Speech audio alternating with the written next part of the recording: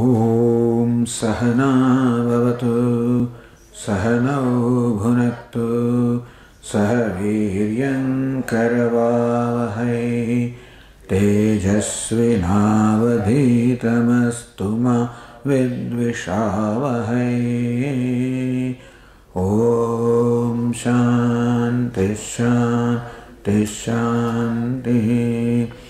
ॐ पूर्णमदः पूर्णमिदं पूर्णात् पूर्णमुदच्यते पूर्णस्य पूर्णमादाय पूर्णमेवावशिष्यते। ॐ शान्ति शान्ति शान्तिः। विश्वं दर्पणदृश्यमाननगरे तुल्यं निजान्तर्गतम् पश्यन्नात्मनि मायया बहिर्भूतं यथा निद्रया। यः साक्षात् कुरुते प्रबोधसमये स्वात्मानमेवाद्वयम् तस्मै श्री गुरुमूर्तये नमः। श्रीदक्षिणा वागीशायस्य वदने लक्ष्मीर्यस्य च वक्षसि यस्यास्ति हृदये संविद तं नृसिंहमहं भजे। ॐ नमः परमहंसास्वादित चरणकमलचिन्मकरन्दाय भक्तजनमानसनिवासाय श्रीरामचन्द्राय विश्वसर्गविसर्गादि नवलक्षणलक्षितं श्रीकृष्णाख्यं परं धाम जगद्धाम नमामतं। सच्चिदानन्दरूपाय विश्वोत्पत्त्यादिहेतवे तापत्रयविनाशाय श्रीकृष्णाय वयं नमः। यं प्रव्रजन्तमनुपेतमपेत द्वैपायनो विरहकातर आजुहाव पुत्रेति तन्मयतया तरवोऽभिनेदुः तं सर्वभूतहृदयं मुनिमानतोऽस्मि। संसारसागरे मग्नं दीनं मां करुणानिधे कर्ममोहगृहीताङ्गं मामुद्धर भवार्णवात्। श्रीमद्भागवताख्योऽयं प्रत्यक्षः कृष्ण एव हि स्वीकृतोऽसि मया नाथ मुक्त्यर्थं भवसागरे। मनोरथो मदीयोऽयं त्वया निर्विघ्नेनैव कर्तव्यः दासोऽहं तव केशव। शुकरूपप्रबोधज्ञ सर्वशास्त्रविशारद एतत्कथाप्रकाशेन मदज्ञानं विनाशय। जन्माद्यस्य यतोऽन्वयादितरतः चार्थेष्वभिज्ञस्वराट् तेने ब्रह्महृदाय आदिकवये मुह्यन्ति यत्सूरयः। तेजो वारिमृदां यथा विनिमयो यत्र त्रिसर्गो मृषा धाम्ना स्वेन सदा निरस्तकुहकं सत्यं परं धीमहि।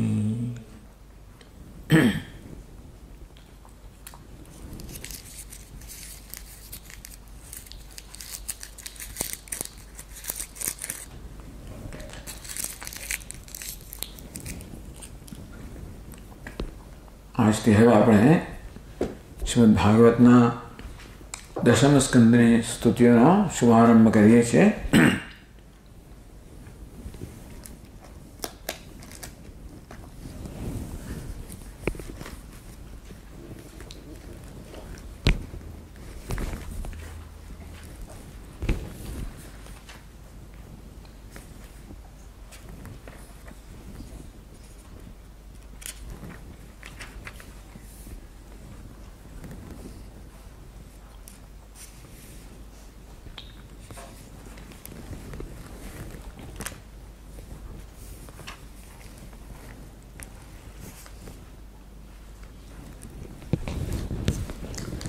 નવમા સ્કંદના અંતમાં સુખદેવજીએ પરીક્ષિત રાજાને શ્રી કૃષ્ણનું ચરિત્ર સંક્ષેપમાં કહ્યું હતું. જ્યારે જ્યારે સંસારમાં ધર્મની ગ્લાનિ અને પાપની વૃદ્ધિ થાય છે ત્યારે ત્યારે સર્વશક્તિમાન ભગવાન શ્રી હરિ અવતાર ધારણ કરે છે. હે પરીક્ષિત, ભગવાન સર્વના દ્રષ્ટા છે, વાસ્તવમાં અસંગ આત્મા છે. અને તેથી પોતાની આત્મ સ્વરૂપિણી યોગ માયા ને કારણે ખાસ વાસ્તવમાં ભગવાનનો જન્મ હોઈ ના શકે. કોઈ મુખ્ય અર્થમાં ભગવાન તો અસંગ છે, નિર્વિકાર છે. અને તેથી એમનો જન્મ ના હોઈ શકે. અને તેથી એમનો જન્મ એટલે કે અવતાર પણ પોતાની યોગ માયાને કારણે છે.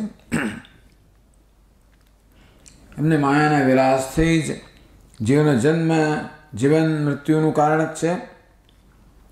અને ખરેખર ભગવાનનો અનુગ્રહ હોય તો જ આપણે માયાથી મુક્ત થઈને આત્મ સ્વરૂપને પ્રાપ્ત કરી શકીએ. એ ભગવાનના અનુગ્રહથી સંભવ છે. જ્યારે અસુરોએ રાજાઓનો વેશ ધારણ કરી લીધો અને ઘણી બધી અક્ષમણી સેનાઓ બધી એકત્રિત કરી સમગ્ર પૃથ્વીને બહુ પીડવા લાગ્યા, પૃથ્વી પર અત્યાચાર કરવા લાગ્યા, ત્યારે પૃથ્વીનો ભાર ઉતારવા માટે ભગવાન મધુસૂદન બલરામજી સાથે અવતીર્ણ થયા. એમણે એવી એવી લીલાઓ કરી જેના સંબંધમાં મોટા મોટા દેવતાઓ પણ અનુમાન કરી શકતા નથી. શરીરથી વાત, એમની લીલા કરવાની વાત તો દૂર જ અનુમાન પણ ન થઈ શકે એ પ્રકારની મહાન લીલાઓ ભગવાને કરી. પૃથ્વીનો ભાર તો પૃથ્વીનો ભાર તો ઉતારવાનો હતો, પણ ભક્ત લોકો એમ માને છે કે પૃથ્વીનો ભાર ઉતારવા માટે, સાધુનું રક્ષણ કરવા માટે, પરિત્રાણાય સાધુનામ, વિનાશાય દુષ્ટનો નાશ કરવા માટે ભગવાનનો અવતાર છે એ કે મુખ્ય કારણ નથી. વાસ્તવમાં ભગવાન સંકલ્પ માત્રથી દુષ્ટનો નાશ કરી શકે, સાધુનું રક્ષણ કરી શકે. અને માટે એ કાર્ય કરવા માટે એમણે કોઈ અવતારની જરૂર નથી. પરંતુ પોતાના ભક્તો પર અનુગ્રહ કરવા માટે ભગવાને પોતાના તો અવતારનું મુખ્ય પ્રયોજન ભક્તો પર અનુગ્રહ. કારણ કે કોઈ વસુદેવ કે દેવકીએ પૂર્વ તપસ્યા કરી હોય અને ભગવાનને પ્રાર્થના, ભગવાન આપ મારા પુત્ર રૂપે જન્મ લો, ભગવાન સંકલ્પથી ના કરી શકે, કે અર્જુનના મિત્ર ના બની શકે, યશોદાના સંતાન વગેરે ન થઈ શકે. આમ ભક્તો પર અનુગ્રહ કરવા માટે ભગવાને આવવું જ પડે. આમ ભક્તિના આચાર્યો કહે કે ભગવાનના અવતારનું મુખ્ય પ્રયોજન તો ભક્તો પર અનુગ્રહ કરવો. તદુપરાંત કળિયુગમાં ઉત્પન્ન થનારા પોતાના ભક્તો, એમના પર ખાસ અનુગ્રહ કરવા માટે ભગવાને પોતાના પરમ પવિત્ર યશનો વિસ્તાર કર્યો. તો ભગવાનના અવતારનું અત્યંત અગત્યનું પ્રયોજન એ પણ છે કે અવતાર દરમિયાન ભગવાન અનેક લીલાઓ કરે, મંદિરમાં યશ ફેલાવે. એ એવો ફેલાવે કે જેનું ગાન અને શ્રવણ કરવાથી જ દુઃખ, શોક અને અજ્ઞાન સર્વનાશ થઈ જાય. શ્રી ગુરુ ચરણ સરોજ રજ નિજ મન મુકર સુધારી ભરણઉ રઘુબર વિમલ યશુ જો દાયક ફલચારે. તુલસીદાસ મહારાજ કહે કે ભગવાનના નિર્મળ યશનું વર્ણન કરીશ જે ચારે ચાર પુરુષાર્થ સિદ્ધ કરનારું. આમ ભગવાનના નિર્મળ યશના ગાનમાં, શ્રવણમાં જ સર્વ રહેલું છે, સર્વ સંભાવના રહેલી છે કે મનુષ્ય મુક્ત થઈ જાય. અંતેથી કલિયુગમાં જન્મનારા પોતાના ભક્તો પર અનુગ્રહ કરવા માટે પણ ભગવાને પોતાની નિર્મળ યશનો વિસ્તાર કર્યો. એમનો યશ શું છે? તો કે લોકોને પવિત્ર કરનારું શ્રેષ્ઠ તીર્થ છે. સંત પુરુષોના કાન માટે તો સાક્ષાત અમૃત છે. એક વાર પણ જો આ કાનરૂપી અંજલિમાં એ ભગવાનના નિર્મળ યશનું આચમન કરવામાં આવે તો કર્મની વાસનાઓ નિર્મૂળ થઈ જાય છે. હે પરીક્ષિત, ભોજ, વૃષ્ણિ, અંધક, મધુ, સૂર્યસેન, દશારહ, કુરુ, સૃંજય અને પાંડુવંશી વીર નિરંતર ભગવાનની લીલાઓનો આદરપૂર્વક હંમેશા વખાણ કરતા રહે છે. ભગવાનનું શ્યામળ શરીર સર્વાંગ સુંદર હતું.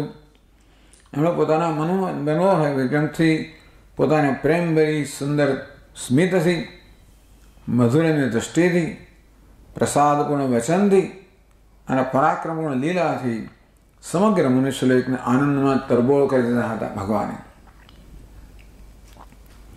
પોતાના મનોરમ વિગ્રહથી, પોતાની સુંદર પ્રેમ ભર્યા સ્મિતથી, મધુર દૃષ્ટિથી, કટાક્ષથી, પ્રસાદપૂર્ણ વચનથી અને પરાક્રમપૂર્ણ લીલાઓથી ભગવાને મનુષ્ય લોકને આનંદમાં તરવો કરી દીધો હતો. ભગવાનના મુખ કમળની શોભા તો અત્યંત અદભુત હતી, જુદી હતી. પછી વર્ણન કરે છે સુંદર રીતે ભગવાનને એનું.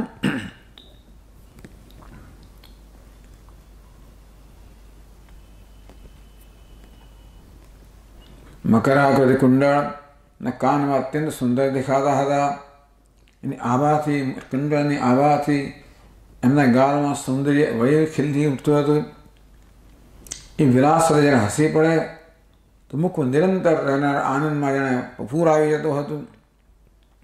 બધા નર નારીઓ એમના નેત્રોના પ્યાલાથી ભગવાનના મુખની માધુરનું નિરંતર પાન કરતા રહેતા હતા. અને તો પણ ક્યારેય પલક પણ ભેળવતા નહોતા, કારણ કે સતત પાન કરવાનું આવે એટલે આંખોની પલક પણ મારતા ન હતા. લીલા પુરુષોત્તમ ભગવાન અવતીર્ણ થયા મથુરામાં વસુદેવજીને ઘરે, પરંતુ ત્યાં રહ્યા નહીં. ત્યાંથી ગોકુળમાં નંદ બાબાને ઘેર ચાલી ગયા. ત્યાં પોતાનું પ્રયોજન શું હતું કે ગોવાળો, ગોપી અને ગાયોને સુખી કરવા એ ગોકુળમાં અવતાર લેવાનું કે જન્મનું પ્રયોજન હતું. એ પૂરા કરીને મથુરામાં આવ્યા. જન્મ મથુરામાં થયો. બાલીલાઓ કરવા માટે ગોકુળ વૃંદાવન ગયા, પછી પૂરું કરીને પાછા મથુરા આવ્યા. વ્રજમાં, મથુરામાં અને દ્વારકામાં રહીને 3 જગ્યાએ ભગવાન રહ્યા. વ્રજમાં, મથુરામાં અને દ્વારકામાં. ભગવાને અનેક શત્રુઓનો સંહાર કર્યો, ખૂબ બધી સ્ત્રીઓ સાથે વિવાહ કર્યો, હજારો પુત્રો ઉત્પન્ન કર્યા. સાથે સાથે લોકોમાં પોતાના સ્વરૂપનો સાક્ષાત્કાર કરનારી, પોતાની વાણરૂપ સુધી મર્યાદા સ્થાપિત અનેક યજ્ઞો દ્વારા સ્વયં પોતે યજ્ઞ કર્યા. કે શાસ્ત્રમાં કહ્યું છે ને, શાસ્ત્ર એટલે લોકો પર એ પ્રકારનો એક દૃષ્ટાંત બેસાડવા માટે. કૌરવ અને પાંડવ વચ્ચે ઉત્પન્ન થયેલા આ સંગ્રામની અંદર એમણે પૃથ્વીનો ઘણો બધો ભાર હલકો કરી નાખ્યો. યુદ્ધમાં પોતાની દૃષ્ટિથી જ રાજાઓની અનેક અક્ષોણીઓ ધ્વંસ કરી, સેનાને તો ધ્વંસ કરીને પોતાની દૃષ્ટિથી જ શત્રુઓની અનેક અક્ષોણી સામે ધ્વંસ કરી નાખી અને અર્જુનને વિજય પ્રાપ્ત કરાવ્યો. અને પછી ઉદ્ધવને આત્મતત્વનો ઉપદેશ કર્યો અને ત્યાર પછી પોતાના પરમધામમાં સિધાવી ગયા. આટલું સંક્ષેપમાં વર્ણન 9મા સ્કંદના અંતમાં કરવામાં આવ્યું. એ પરથી 10મા સ્કંદનો પ્રારંભ પરીક્ષિત રાજાના આ પ્રશ્નોથી થાય. આપણો 10મા સ્કંદનો પ્રારંભ પરીક્ષિત રાજાના વચનથી પ્રશ્નોથી આપણા થાય કે આવું આ પ્રકારના પ્રશ્નો પૂછવાનું એમને ક્યાંથી સૂઝ્યું? એ ખબર પડે કે 9મા સ્કંદમાં આ પ્રકારનું વર્ણન થઈ ગયું છે.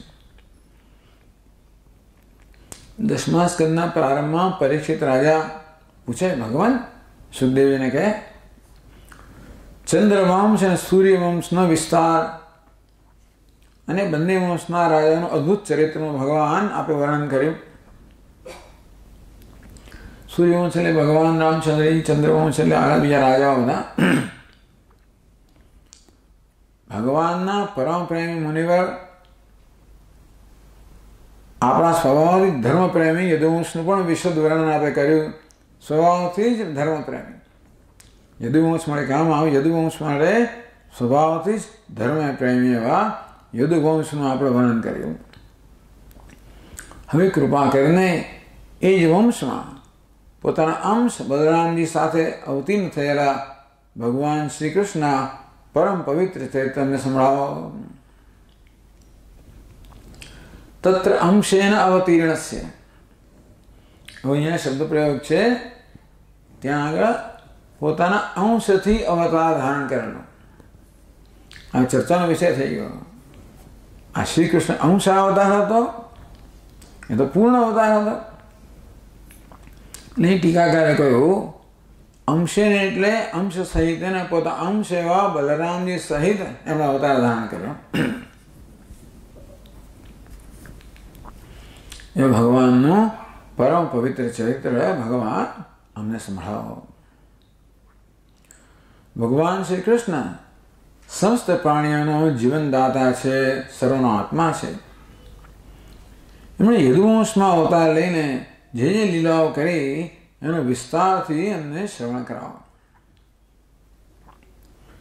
જેમની તૃષ્ણાની પ્યાસ હંમેશ માટે બુઝાઈ ગઈ છે, એ જીવનમુક્ત મહાપુરુષ જેના પૂર્ણ પ્રેમથી અતૃપ્ત હૃદય ગાન કરે છે. એવું છે ને કે મહાપુરુષો જેમને કોઈ તૃષ્ણા રહી નથી, બ્રહ્મજ્ઞાનીઓ કોઈ તૃષ્ણા જેમને રહી નથી, એવા જીવનમુક્ત મહાપુરુષો પણ પૂર્ણ પ્રેમથી અતૃપ્ત રહીને જેનું ગાન કર્યા કરે છે. ભગવાનની લીલાઓનું જ્ઞાન મહાપુરુષો કરે છે, આમ તૃપ્ત થઈ ગયા છે, પરંતુ લીલાઓના ગાન કરવા સદા અતૃપ્ત રહેનારા એવી આપની લીલાઓ. જે મુમુક્ષુજનો માટે ભવરોગનું રામબાણ ઔષધ છે. મહાપુરુષો અતૃપ્ત હૃદયથી જેનું ગાન કર્યા કરે છે, મુમુક્ષુઓ માટે જે ભવરોગનું સંસારનું રામબાણ ઔષધ છે. અને વિષયી લોકો માટે પણ, સંસારી લોકો માટે કાન અને મનનું પરમ આહ્લાદ આપનારું છે. ભગવાનની કથાના 3 ગુણો કયા? જીવનમુક્ત મહાપુરુષો, મુમુક્ષુઓ અને સંસારીઓ.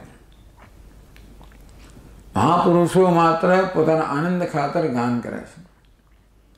મુમુક્ષુ માટે ભવસાગરને તરવાનું રામબાણ ઔષધ છે. સંસારીઓનો તો એવો રસ ના હોય છતાં પણ એમના પણ કાન અને મનને પરમ આહ્લાદ કરનારું છે.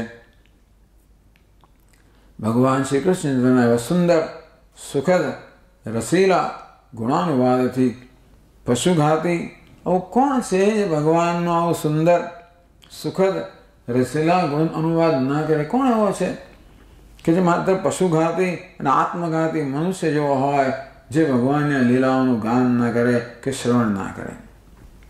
જે ભગવાનથી વિમુખ, આવા ભગવાનથી વિમુખ કોણ હોઈ શકે? તો શ્રી કૃષ્ણ તો મારા કુળદેવ છે જ. પરીક્ષિત કહે છે, જ્યારે કુરુક્ષેત્રમાં મહાભારતનું યુદ્ધ થઈ રહ્યું હતું ત્યારે દેવતાઓને પણ જીતી લેનારા ભીષ્મ પિતામહ આદિ અતિરથીઓથી પણ મારા દાદા પાંડવોનું યુદ્ધ થઈ રહ્યું હતું. એ સમયે કૌરવોની સેના પાંડવો માટે અપાર સમુદ્ર સમાન હતી. જેમાં ભીષ્મ વગેરે મોટા મોટા મગરમચ્છોને પણ ગળી જનાર એવા મોટા મગરમચ્છ હતા. આવી જાતનો સમુદ્ર હતો. તો એમાં આવા મોટા મોટા જળચરો, આવા પ્રાણીઓ હતા, મગરમચ્છો ગળી જનારા. મોટા મગરમચ્છને પણ ગળી જનારા મચ્છ હતા. આવા યુદ્ધરૂપી સમુદ્રમાં પણ અમારા પૂર્વજો પાંડવોએ એ કેવી રીતે પસાર કર્યો. મારા સ્વનામધન પિતામાં ભગવાન શ્રી કૃષ્ણના ચરણ કમળોની નૌકાનો આશ્રય લઈને બધા લોકો યુદ્ધરૂપી સમુદ્રને અનાયાસ પાર કરી ગયા. શ્રી કૃષ્ણ નૌકા. બસ એ રીતે કે આપણે માર્ગમાં ચાલતા હોઈએ, નાના વાછરડાનો એની ખરીનો એક નાનો ખાડો હોય, એ કેવી સરળતાથી પસાર કરીએ, એવી સરળતાથી અમારા પૂર્વજોએ આ યુદ્ધરૂપી સંસાર સાગરને પાર કર્યો ભગવાન રૂપી નૌકાથી.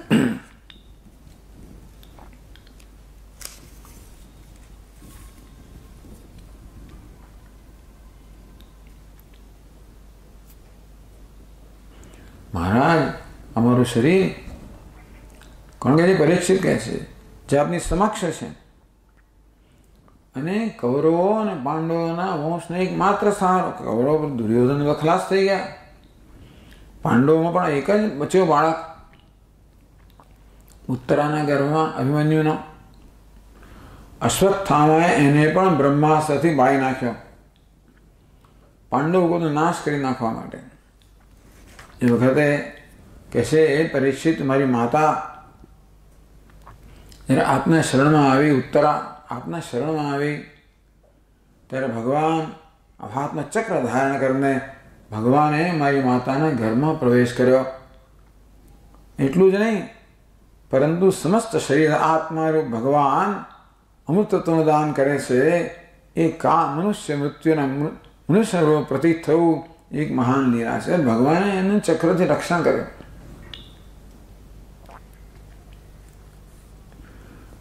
ભગવાન હમણાં આપે જ બતાવ્યું સુખદેવને કે બલરામજી રોહિણીના પુત્ર હતા. આ બધું બહુ ગડબડી વસ્તુ છે.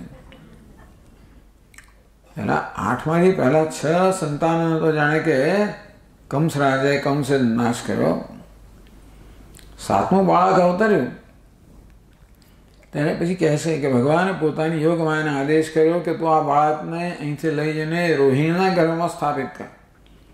લોકોમાં એવા સમાચાર મળ્યા કે એમનો મિસકેરેજ થઈ ગયો દેવકીને. તો બલરામજી રોહિણીના પુત્ર છતાંય પણ આપે એને દેવકીના પુત્રમાં ગણના કરી. આમ બહારથી શું કહે? બલરામ રોહિણીના પુત્ર હતા. ખરે કોના પુત્ર હતા? દેવકીના. એટલે 8 સંતાનોમાં બલરામની ગણના થઈ ગઈ 7મા સંતાન તરીકે. તો બીજું શરીર ધારણ કર્યા વગર બલરામજી 2 માતાઓનો પુત્ર હોય કેવી રીતે બની શકે? બલરામજી દેવકીનો પુત્ર, રોહિણીનો પુત્ર, એક જ શરીર આવું કેવી રીતે બની શકે?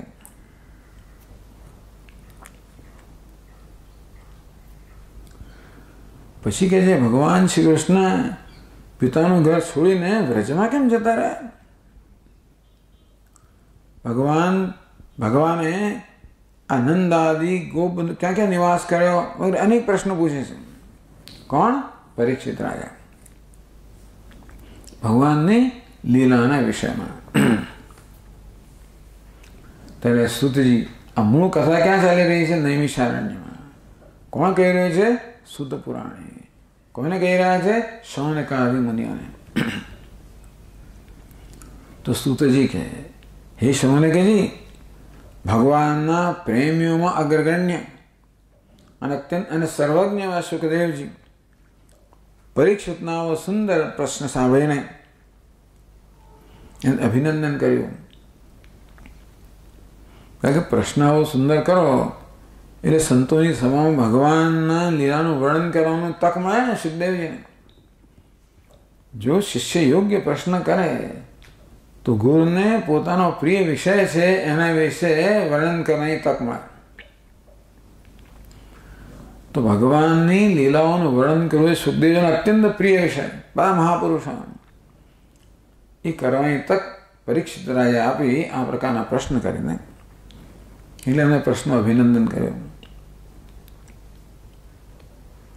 અને ભગવાન શ્રી કૃષ્ણની લીલાઓનો વર્ણન પ્રારંભ કર્યો. જે સર્વ કલિયુગના બધા દોષને ધોઈ નાખે છે. સુખદેવજીએ કહ્યું, ભગવાનની લીલા રસથી રસિક રાજ, હે ભગવાનની લીલા રસના રસિક રાજર્ષિ, એવું કહે છે. ભગવાનની લીલા રસના રસિક રાજર્ષિ પરીક્ષિત, તે જે નિશ્ચય કર્યો છે અત્યંત આદરણીય છે. કારણ કે સર્વ હૃદયના આરાધ્ય શ્રી કૃષ્ણની લીલા કથા શ્રવણ કરવામાં તને અત્યંત સુદૃઢ પ્રીતિ પ્રાપ્ત થઈ ગઈ. આ સાંભળતા ભગવાન કૃષ્ણની લીલાના શ્રવણ કરવામાં તને અત્યંત પ્રીતિ પ્રાપ્ત થઈ છે અને તેથી ત્યાં નિશ્ચય કર્યો સાંભળવાનો. એટલે બહુ સુંદર શ્લોક છે. વાસુદેવ કથા પ્રશ્ન પુરુષામ સ્ત્રીન પુનાતિ વક્તારમ પૃચ્છકમ શ્રોતૃમ તત્પાદ સલિલમ યથા. ભગવાન શ્રી કૃષ્ણની કથાથી આ 3 જણ પવિત્ર થઈ જાય છે. કોણ? વક્તારમ, પૃચ્છકમ, શ્રોતૃન. તો પહેલા તો આ પ્રશ્ન કરનાર વક્તા, તો ભગવાનની લીલા વિશે પ્રશ્ન કરનાર છે એ પવિત્ર થઈ જાય. જે પ્રશ્ન કરતા વક્તા લીલાનું વર્ણન કરનાર પવિત્ર થઈ જાય. શ્રોતા સાંભળનારે પવિત્ર થઈ જાય. બોલો, ભગવાન લીલાનું કેવું મહાત્મા કે બધા પવિત્ર થઈ જાય.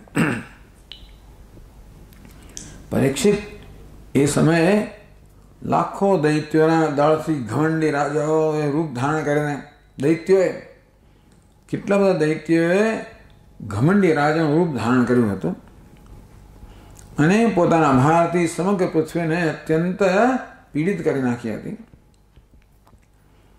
એમનામાંથી રક્ષણ પ્રાપ્ત કરવા માટે પૃથ્વી ગાય બ્રહ્માજીના શરણમાં ગઈ. પૃથ્વી દેવી બ્રહ્માજીના શરણમાં ગઈ આ બધા રાક્ષસોથી રક્ષણ પ્રાપ્ત કરવા માટે. પૃથ્વી તે સમયે ગાયનું રૂપ ધારણ કર્યું હતું અને નેત્રોમાં આંસુ વહી રહ્યા હતા, મુખ પર આવી રહ્યા હતા. પૃથ્વીજીનું મન તો ખિન્ન હતું જ, શરીરમાં બહુ ક્રોશ થઈ ગયું હતું. અત્યંત કરુણ સ્વરથી વિચારી આ ગાય છે ને, એ ગાય પેલી રડતી હોય ને એવી જાતનો અવાજ આવતો હતો, ભાંભરતી હોય. બ્રહ્માજીની પાસે જઈને આ પૃથ્વીદેવે પોતાની બધા કષ્ટની એ બધી વાત કહી. બ્રહ્માજી અત્યંત સહાનુભૂતિપૂર્વક એની દુઃખની ગાથા સાંભળી. એ પછી બ્રહ્માજી, ભગવાન શંકર, સ્વર્ગના અન્ય પ્રમુખ દેવતાઓ અને ગાયના રૂપમાં આવેલી પૃથ્વી બધાને સાથે લઈને ક્ષીરસાગરના કિનારે ગયા. જ્યાં ભગવાન ત્યાં આગળ શેષશૈયા પર વિરાજમાન હતા. ભગવાન ઊંઘતા હોય પાછા, તો જાગતા તો હોય નહીં. ભગવાન દેવોના પણ દેવ છે ને, દેવદેવમ, દેવોના પણ આરાધ્ય ભગવાન એ પોતાના ભક્તોથી સમસ્ત અભિલાષાઓ પૂર્ણ કરે અને એમના સમસ્ત ક્લેશનો નાશ કરી દે છે. ભગવાનનો સ્વભાવ છે ભક્તોની બધી અભિલાષાઓ પૂર્ણ કરવી, બધા ક્લેશનો નાશ કરવો. એ સમગ્ર જગતના એકમાત્ર સ્વામી છે. ક્ષીરસાગરના તટ પર પહોંચેલા બ્રહ્માદી દેવતાઓએ પુરુષ સુક્ત દ્વારા એ પરમ પુરુષ સર્વાંતર્યામી પ્રભુની સ્તુતિ કરી. બ્રહ્માજી દેવતાએ પુરુષ સુક્તનું ગાન કર્યું. સ્તુતિ કરતા કરતા બ્રહ્માજી સમાધિસ્થ થઈ ગયા. એમણે સમાધિ અવસ્થામાં આકાશવાણી સાંભળી.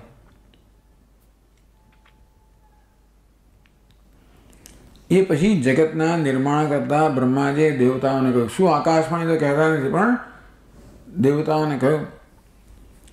બ્રહ્માજી કહે છે, એમણે સાંભળી સમાધિ અવસ્થામાં. પછી દેવતાઓને કહે, હે દેવતાઓ, મેં ભગવાનની વાણી સાંભળી છે. તમે લોકો પણ મારી દ્વારા એ સાંભળી લો.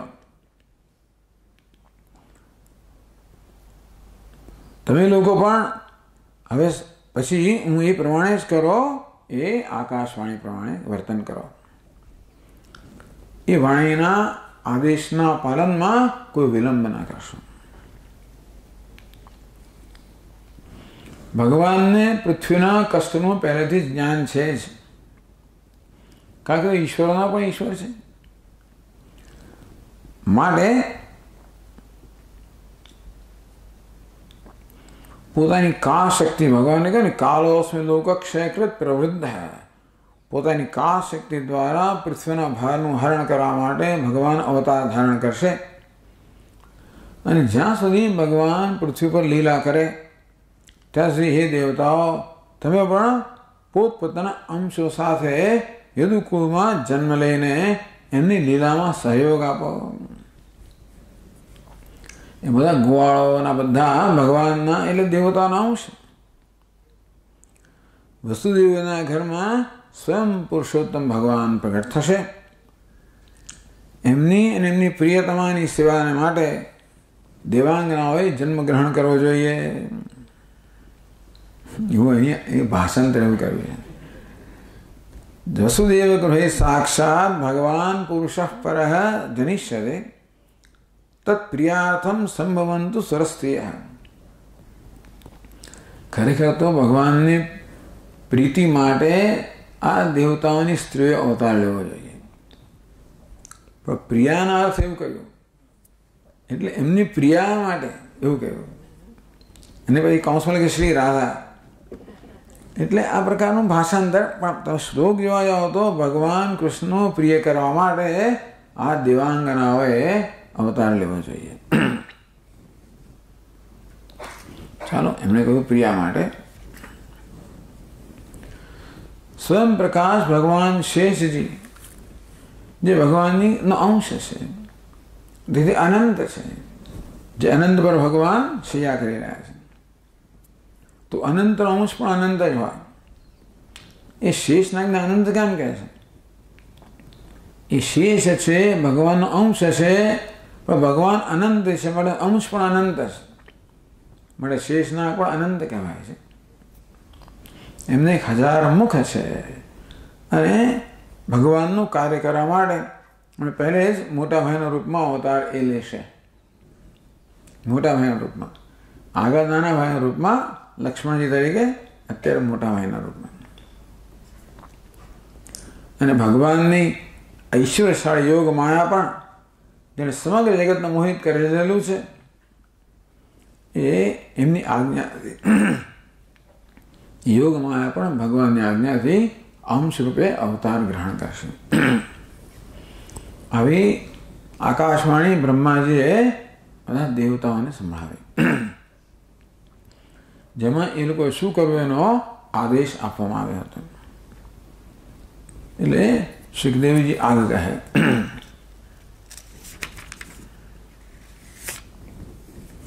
હે પરીક્ષિત, પ્રજાપતિઓના સ્વામી ભગવાન બ્રહ્માજી પ્રજાપતિઓના સ્વામી છે. બ્રહ્માજીએ દેવતાઓને આ પ્રકારની આજ્ઞા કરી, પૃથ્વીદેવીને પણ સમજાવીને એને ધીરજ બંધાવી, અને પછી પોતે પોતાના પરમધામમાં ચાલી ગયા. હવે આવા જો આવે છે, પ્રાચીન કાળમાં યદુવંશી રાજા શૂરસેન થઈ ગયા. એમણે મથુરાપુરમાં રહીને મથુરા મંડળ અને શૂરસેન મંડળનું રાજ્ય શાસન કરતા હતા. શૂરસેન એ વખતે મથુરામાં સમસ્ત યદુવંશી નગરપતિઓની રાજધાની હતી. ભગવાન શ્રી હરિ સર્વદા વહાં વિરાજમાન, ત્યાં વિરાજમાન રહેતા હતા મથુરામાં, એ રાજધાનીમાં. એકવાર મથુરામાં શૂરસેનના પુત્ર વસુદેવજી વિવાહ કરીને પોતાની નવવિવાહિત પત્ની દેવકીની સાથે ઘેર જવા રથ પર સવાર થયા. આવી વર્ણન. વસુદેવજી દેવકીના લગ્ન થયા, બધાએ અપાઈ રહી છે.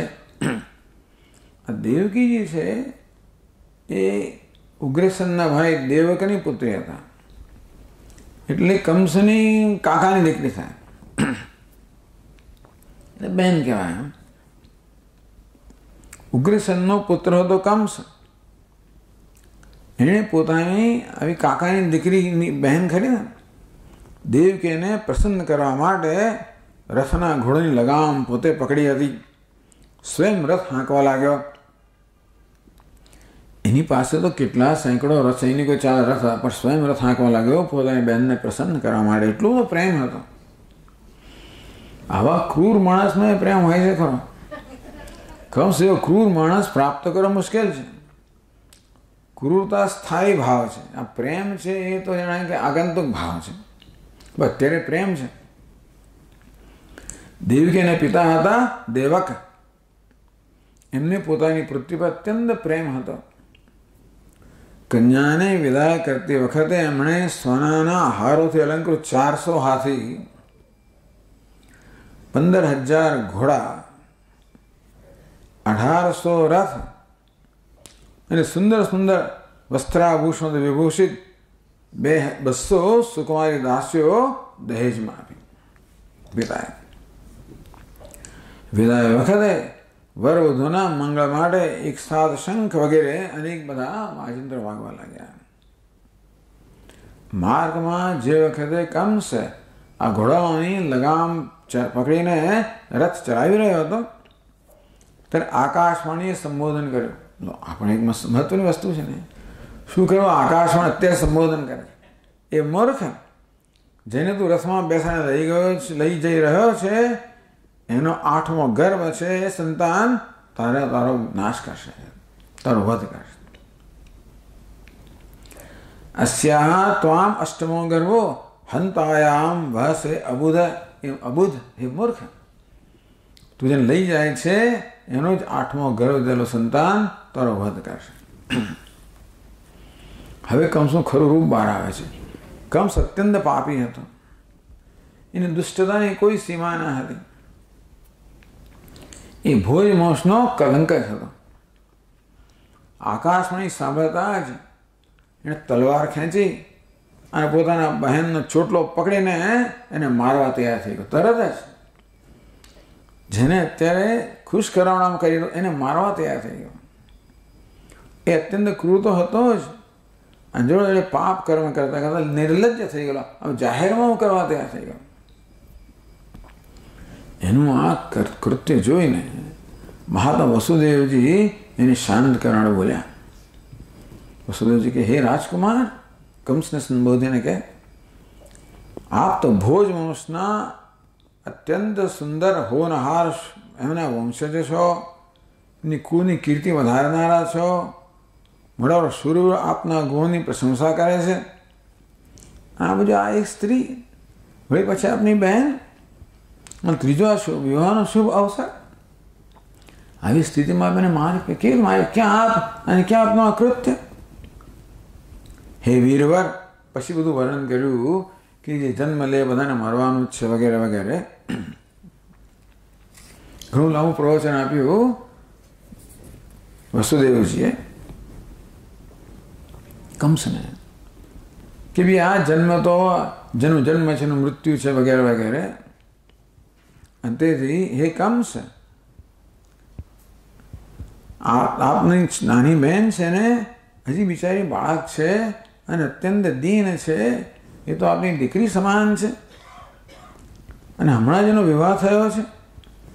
હજી વિવાહના મંગળ ચિહ્ન પરિણામ દેહ પરથી ઉતર્યા નથી. આવી દશામાં તમારે દીન વત્સલ પુરુષ છે એ બિચારાનો વધ કરે એ જરા પણ ઉચિત નથી. પ્રવચન આપ્યું બહુ જ, અને આવી સુંદર સમજાવ્યા. સુખદેવજી કહે પરીક્ષિત, આ પ્રકારે વસુદેવજીએ પ્રશંસા વગેરે સામનીતિ અને આ પ્રકારના કર્મથી કયા પ્રકારની સજા મળે નરકમાંનો ભય પણ બતાવ્યો. એમ કહીને કંસને બહુ સમજાવ્યો. એ ક્રૂર તો રાક્ષસોનો જ અનુયાયી હતો અને તેથી એણે પોતાના ઘોર સંકલ્પને છોડ્યો નહીં. વસુદેવજીએ કંસનો વિકટ હઠ જોઈ કે આ તો છોડતો નથી. વિચાર કર્યો કે ભાઈ કોઈક રીતે આ સમય તો આપણે પસાર કરી દેવો જોઈએ, ટાળી દેવો જોઈએ, પછી જોઈ લઈશું. અત્યારે આ કોઈક રીતે આ સમયને પસાર કરી દેવો જોઈએ. અને પછી વળી પાછો કંસે સમજાવવા લાગ્યા.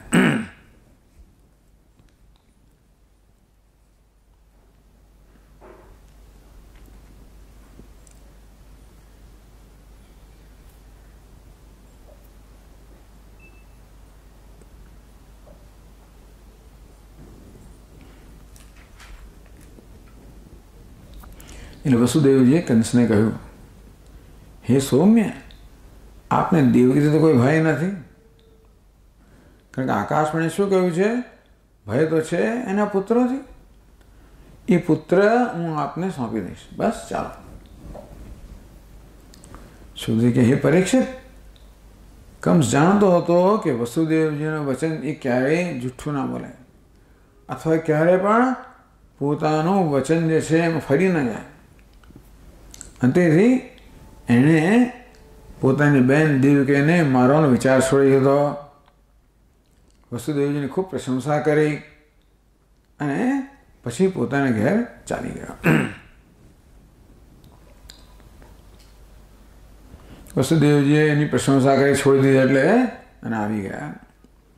દેવકી અત્યંત સતી સાધ્વી સ્ત્રી હતી. એટલે કે છે કહેવા માંડે અહીંયા આગળ, દેવકી સર્વદેવતા. આ દેવકી છે એ વાસ્તવમાં સર્વ દેવતાઓ દેવકીજીના શરીરમાં નિવાસ કરતા હતા. સમય આવ્યો, દેવકીના ગર્ભથી પ્રત્યેક વર્ષે એક એક પુત્ર કરીને 8 પુત્ર અને 1 કન્યાઓ કુલ ઉત્પન્ન થયા. પહેલા પુત્રનું નામ હતું કીર્તિમાન. વસુદેવે કીર્તિમાન લાવીને કંસને સોંપી દીધો. એ વખતે એને અંદરથી બહુ કષ્ટ થયું, પોતાના બાળકને સોંપી દીધો. પરંતુ પોતાનું વચન ભંગ થવાનું કષ્ટ એથી પણ વધારે હતું, માટે એમણે એ કષ્ટ સ્વીકારી લીધું. પોતાનો પુત્ર એણે કંસને સુપ્રત કર્યો.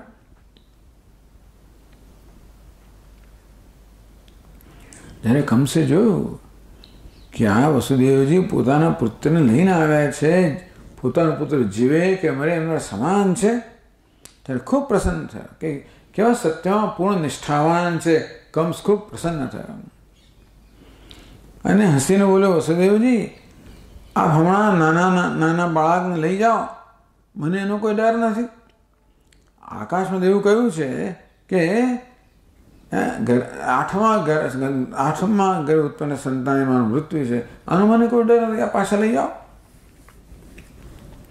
પછી કે ઠીક છે, સારું. અને બાળકને લઈને પાછા ફર્યા.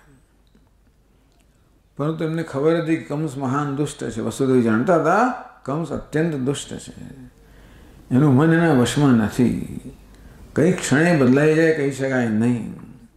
અને તેથી આ કંસની વાત પર વિશ્વાસ તો ન કર્યો વસુદેવજી. પરીક્ષિત આ બાજુ ભગવાન નારદજી કંસની પાસે આવ્યા અને કહ્યું, હે કંસ, વ્રજમાં રહેનારા નંદ આદિ ગોપ, એમની સ્ત્રીઓ, વસુદેવ આદિ વૃષ્ણિવંશી યાદવ, દેવકી આદિ યદુવંશની સ્ત્રીઓ, નંદ વસુદેવ એના સજાતે બંધુ બાંધવ, બધા સગા સંબંધ, બધા દેવતાઓ છે. દેવતાઓએ આ રીતે અહીંયા અવતાર લીધેલો છે. અને જે તારી સેવા કરી રહ્યા છે એ બધા પણ દેવતાઓ છે. એણે એમ કહ્યું કે દૈત્યોને કારણે પૃથ્વીનો ભાર અત્યંત વધી ગયો છે, એટલે દેવતાઓ તરફથી આ બધા દૈત્યોનો વધ કરવાની તૈયારી ચાલી રહી છે. દેવર્ષિ નારદ આટલું કહીને જતા રહ્યા. ત્યારે કંસનો નિશ્ચય થઈ ગયો કે યદુવંશી દેવતા છે અને દેવકીના ગર્ભે વિષ્ણુ ભગવાન જ મારવાડ પેદા થવાના છે. એટલા માટે દેવકી અને વસુદેવની હાથ એણે હવે બેડીથી બાંધી દીધા. અત્યારે છૂટા હતા, કેદમાં મૂકી દીધા એમને. અને જે પુત્ર થતા ગયા એ બધાને મારતો ગયો. વારંવાર શંકા બની રહે કે ભાઈ વિષ્ણુ ભગવાન આ બાળકના રૂપમાં નથી આવી ગયો ને વિષ્ણુ, એટલે એને મારી નાખે. પરીક્ષિત, પૃથ્વીમાં આ વાત મુખ્યત્વે દેખાય છે કે પોતાના પ્રાણનું પોષણ કરનારા લોભી રાજાઓ પોતાના સ્વાર્થ અને માતા પિતા ભાઈ બંધુ આ હિતૈષી ઇષ્ટ મિત્રોની હત્યા કરી નાખે છે એવું જોવામાં આવ્યું. તે વખતની વાત છે. આપણે તો જોયું જ છે આ બધા મોગલ ઇતિહાસમાં બધામાં. કંસ જાણતો હતો કે હું પહેલા કાલનેમી અસુર હતો અને વિષ્ણુએ મને મારી નાખ્યો હતો, એટલે યદુવંશનો મહાન વિરોધી કરતો હતો. કંસ અત્યંત બળવાન હતો અને યદુ ભોજ અને અંધક વંશના અધિનાયક પોતાના પિતા ઉગ્રસેનને કેદ કરી નાખ્યો હતો એણે જ, અને શૂરસેન દેશનું રાજ્ય સ્વયં કરવા લાગ્યો હતો. સુગ્રીવ કહે, હે પરીક્ષિત, કંસ એક તો મહાભયંકર બળવાન હતો, મગધ જરાસંઘનો એની સહાયતા હતી, વળી એના સાથી કોણ હતા? પ્રલંબાસુર, બકાસુર, ચાણુર, તૃણાવર્ત, અઘાસુર, મુષ્ટિકા, અરિષ્ટાસુર, દ્વેદ, પૂતના, કેશી અને ધૈનુક અને બાણાસુર, ભૌમાસુર બહુ દૈત્ય રાજાના સહાયકો હતા. આ બધા લઈને યદુવંશને નષ્ટ કરવા લાગ્યા. બધા લોકો ભયભીત થઈને કુરુ, પાંચાલ, કૈકય, શાલ્વ, વિદર્ભ, નિષદ, વિદેહ અને કૌશલ્ય દેશમાં બધા જઈને વસવા માંડ્યા યદુવંશીઓ. કેટલાક લોકો ઉપરથી એના મનનું અનુસરણ કરીને એની સેવામાં લાગી ગયા. જ્યારે કંસે એક એક કરીને દેવકીઓને 6 બાળકોને મારી નાખ્યા, ત્યારે દેવકીઓના 7મા ગર્ભમાંથી ભગવાનના અંશ સ્વરૂપ શ્રી શેષજી અને અનંત કહે છે એ પધાર્યા. આનંદ સ્વરૂપ શેષજીએ ગર્ભમાં આવવાને કારણે દેવકીને સ્વાભાવિક હર્ષ થયો. પરંતુ કંસ આને બધા મારી નાખે એ ભયથી એ બિચારી માને બહુ શોક પણ છવાઈ ગયો. વિશ્વાત્મા ભગવાને જોયું કે મને જ પોતાના સ્વામી અને સરસ માનનારા યદુવંશીઓ કંસ દ્વારા ખૂબ સતાવાઈ રહ્યા છે. ત્યારે એણે પોતાની યોગમાયાને ભગવાનને આદેશ કર્યો, હે દેવી, શું ભગવાન કહે છે યોગમાયાને સંભળાવ્યું, હે દેવી, હે કલ્યાણી, તમે વ્રજમાં જાઓ. એ પ્રદેશ ગોવાળો અને ગાયોથી સુશોભિત છે. નંદ બાબાના ગોકુળમાં વસુદેવની પત્ની રોહિણી નિવાસ કરી રહી છે. વસુદેવજીની પત્ની રોહિણી ત્યાં હતી, વસુદેવની પત્ની હતી, પણ નિવાસ ત્યાં નંદ બાબાને ત્યાં કરતી હતી. એથી ત્રાસીને બધા ભાગી ગયેલા અને છુપાઈ ગયેલા. વસુદેવ બીજી પત્નીઓ પણ હતી, એ પણ કંસથી ડરીને ગુપ્ત સ્થાનમાં રહેતી હતી. રોહિણી ત્યાં રહેતી હતી. એ વખતે મારો એ અંશ જેને શેષ કહે છે દેવકીના ઉદરમાં ગર્ભરૂપમાં સ્થિત છે. અત્યારે હે દેવી, તમે ત્યાંથી એ ગર્ભને કાઢીને રોહિણીના પેટમાં રાખી દો. હે કલ્યાણી, કોણ? ભગવાન પોતાની યોગમાયાને સંબોધન કરે, હે કલ્યાણી, હવે મારું સમસ્ત જ્ઞાન બળ આદિ અંશોની સાથે દેવકીનો પુત્ર બનીશ અને તમે નંદ બાબાની પત્ની યશોદાજીના ગર્ભથી જન્મ લેજો. તું લોકોને મોં માગ્યું વરદાન આપવા માટે સમર્થ બનીશ. મનુષ્ય તને પોતાની સર્વ અભિલાષાઓ પૂર્ણ કરવાવાળી જાણીને તો ધૂપ દીપ નૈવેદ્ય અન્ય સામગ્રી તારી પૂજા કરશે. પૃથ્વીમાં લોકો તારા માટે બહુ ખૂબ સ્થાન બનાવશે. ને દુર્ગા, ભદ્રકાલી, વિજયા, વૈષ્ણવી, કુમુદા, ચંડિકા, કૃષ્ણા, માધવી, કન્યા, માયા, નારાયણી, ઈશાની, શારદા, અંબિકા વગેરે અનેક નામથી હે યોગમાયા તને સંબોધશે. દેવકીના આ સંકર્ષણ કેમ કહેવાય? દેવકીના ગર્ભમાંથી ખેંચવાને કારણે. ગર્ભ સંકર્ષણાત્મા વૈ પ્રાહો સંકર્ષણમ ભુવિ. દેવકીજીના ગર્ભમાંથી સંકર્ષણ થયું, ખેંચવામાં આવ્યા બલરામને માટે, એ સંકર્ષણ કહેવાય. વળી લોકરંજન રામ, લોક રમણાત રામ, જે રંજન કરાવે એનું નામ રામ. રમ એટલે ક્રીડા કરવી, રામ એટલે ક્રીડા કરાવે. તો લોકોને રંજન કરવાના હોવાને કારણે એમને રામ પણ કહેવામાં આવશે. અને બળવામાં શિષ્ટ હોવાને કારણે બલભદ્ર પણ કહેવાય છે. 3 નામ છે, બલભદ્ર, બલરામ અને સંકર્ષણ. જ્યારે ભગવાને આ પ્રકારનો આદેશ આપ્યો ત્યારે યોગમાએ જેવી આજ્ઞા એમ કહીને વાત શિરોધાર્ય કરી, ભગવાનની પરિક્રમા કરી યોગમાએ, એમણે કહ્યું તે પ્રમાણે કર્યું. જ્યારે યોગમાયાએ દેવકીનો ગર્ભ લઈને રોહિણીના ઉદરમાં નાખી દીધો ત્યારે લોકો બધા બહુ દુઃખી થઈ ગયા કે અરે બેચારી દેવકીનો ગર્ભ નષ્ટ જ થઈ ગયો, વિશ્રમસિતો ગર્ભ. લોકોને એમ કહે મિસકેરેજ થયું, એવું થઈ ગયું. એટલે 7મો બાળક જન્મ્યો તું કોઈ અહીં દેખાયો નથી. હા, એ 7મા બાળક. ભગવાન ભક્તોને અભય આપનારા છે, એ સર્વત્ર સ્વરૂપમાં છે, એમણે ક્યાંય આવવા જવાનું નથી. વળે વસુદેવજીને મનમાં પહેલા ભગવાન વસુદેવ મનમાં પોતાની સમગ્ર કળાઓ સાથે પ્રગટ થયા.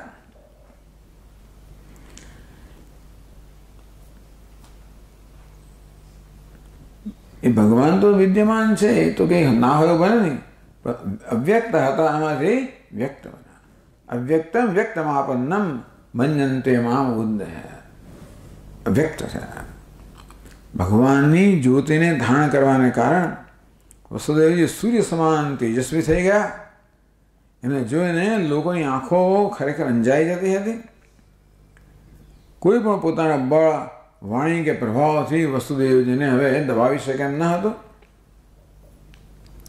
ભગવાનના જ્યોતિર્મય અંશને, જગતને પરમ મંગળ કરનાર છે, વસુદેવજી દ્વારા ધારણ કરવાને કારણે પછી એમણે દેવકીમાનું આધાન કર્યું. એ અંશનું જેમ પૂર્વ દિશા ચંદ્રદેવને ધારણ કરે છે તેમ શુદ્ધ સત્વથી સંપન્ન દેવી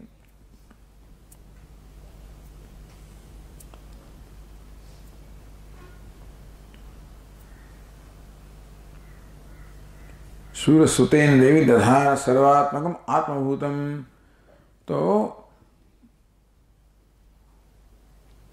देवकीजीએ વિશુદ્ધ મનથી સર્વાત્મક આત્મ સ્વરૂપ ભગવાનને ધારણ કર્યા. ભગવાન સમગ્ર જગતનું નિવાસસ્થાન છે. દેવકી એમનું પણ નિવાસસ્થાન બની ગયા. પરંતુ જેમ ઘડા વગેરેમાં બંધ કરેલો દીપક પોતાની પ્રભા બીજાને ન આપી શકવાને કારણે પ્રકાશ ફેલાતો નથી, તેવી રીતે આ કારાગારમાં બંધ હોવાથી દેવકીની એવી શોભા ન થઈ જેવી થવી જોઈએ. દેવકીના ગર્ભમાં ભગવાન વિરાજમાન થઈ ગયા છે.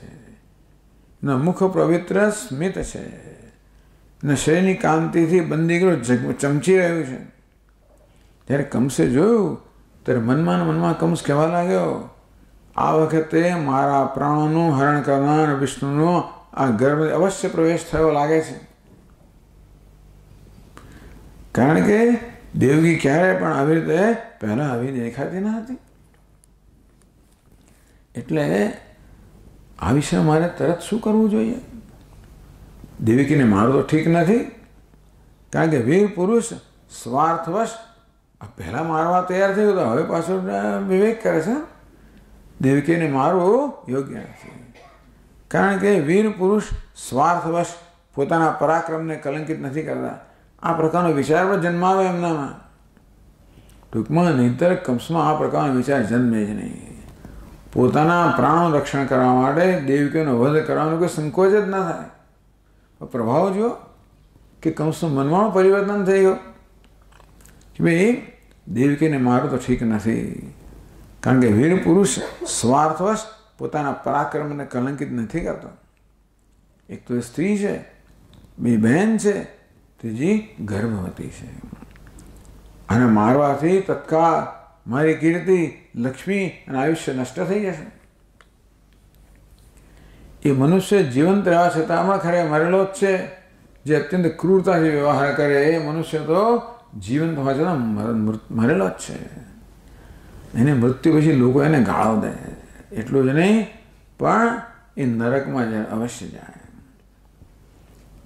આમ દેવકી એને કંસ મારી શકતો હતો, પણ સ્વયં એ પોતાની ક્રૂરતાના વિચારથી નિવૃત્ત થઈ ગયો. કહે છે કે જે કંસ વિવાહના મંગળ ચિહ્ન ધારણ એટલે દેવકીનું ગળું કાપવાના ઉદ્યોગથી જે ખચકાતો ન હતો એ આજ આટલો સદવિચારવાન થઈ ગયો. એનું શું કારણ છે? અવશ્ય આજ એ દેવકીને જોઈ રહ્યો છે જેના અંતરમાં ઘરમાં શ્રી ભગવાન છે, જેના અંદર ભગવાન છે એના દર્શનથી સમબુદ્ધિનો ઉદય થાય કોઈ આશ્ચર્ય નથી. આમ કંસની બુદ્ધિમાં પરિવર્તન આવી ગયું માત્ર દેવકીના દર્શન માત્રથી, જેમાં ભગવાન રહેલા છે. હવે ભગવાન પ્રત્યે દ્રઢ વૈરનો ભાવ મનમાં ગાંઠ કરીને કે ભગવાનને તો મારી નાખી છે અને જન્મની રાહ જોવા પ્રતીક્ષા કરવા લાગ્યો. ઉઠતા બેસતા, ખાતા પીતા, સૂતા જાગતા, હરતા ફરતા સર્વદા શ્રી કૃષ્ણ ચિંતનમાં લાગેલો રહેલો. આસીન સંવિષમ તિષ્ઠન ભુંજાન પર્યટન મહીમ ચિંતયાનો ઋષિકેશમ અપશ્યત તન્મયમ જગત. તો કંસમાં તો મોટી તપસ્યા થઈ ગઈ, ભગવાનનું ભજન થયું, દ્વેષથી ભગવાનનું ભજન થયું. આસીન સંવિશન તિષ્ઠન ભુંજાન, ઉઠતા બેસતા, ખાતા પીતા, સોતા જાગતા, હરતા ફરતા બધા સદા શ્રી કૃષ્ણ ચિંતનમાં જે લાગેલો રહેતો. જ્યાં પણ એની આંખો પડે ને, નજર જાય તેને બીજું કશું નહીં, કૃષ્ણ જ દેખાય. આ પ્રકારે એને સમગ્ર જગત શ્રી કૃષ્ણમય દેખાવા માંડ્યું કંસને. એનું કલ્યાણ થઈ ગયું. ભલે દ્વેષથી કરતો હતો પણ છેવટે શ્રી કૃષ્ણ ચિંતન તો કરતો હતો. પરીક્ષિત ભગવાન શંકરજી અને બ્રહ્માજી કંસના આ કેદખાનામાં આવ્યા. એમની સાથે પોતાના અનુચરો સહિત સમસ્ત દેવતા નારદ ઋષિ પણ હતા. બ્રહ્મા ભવસ્ય તત્રૈત્ય મુનિવિર નારદાદિભિ દેવૈ સાનુચરૈ સાકમ ગોવિર વૃષણમ ઐરયન. બ્રહ્મા ભવસ્ય તત્રૈત્ય મુનિભિ નારદાદિભિ. આ બ્રહ્માજી નારદજી વગેરે મુનિઓ સહિત દેવૈ સાનુચરૈ દેવતાઓ અને એમના અનુચરો સાથે બધા લોકો ગોભિ વૃષણમ ઐડયન સુમધુર વચનોથી અભિલાષા પૂર્ણ કરનાર ભગવાન શ્રી હરિની આ પ્રકારે સ્તુતિ કરવા લાગ્યા, ગર્ભ સ્તુતિ.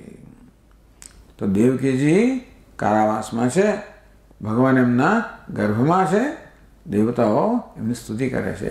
આ પહેલી સ્તુતિ છે દશમ સ્કંધની. આપણા સ્તુતિના પુસ્તકની અંદર પાછા આવે 19મું પાનું. આ પુસ્તકમાં 10મા સ્કંદની સ્તુતિઓ પહેલા આપી છે, પછી બીજી સ્તુતિ. પણ આપણે શું કર્યું, આપણે બધા પહેલા 9 સ્કંદ સ્તુતિની સ્તુતિ. એમને એવું છે કે 10મા સ્કંદની સ્તુતિ તમારો પ્રેમ જાગ્રત થાય પછી બીજી સ્તુતિનો અભ્યાસ કરો. આપણે કે નહીં, આપણે એ જ ક્રમ સ્વીકારીશું. એટલે મુખ્ય વસ્તુ આપણે છેલ્લી રાખીએ. ડિઝર્ટ છેલ્લું હોય ને, હંમેશા મીઠાઈ છેલ્લી હોય એટલે આપણે એને છેલ્લું રાખ્યું.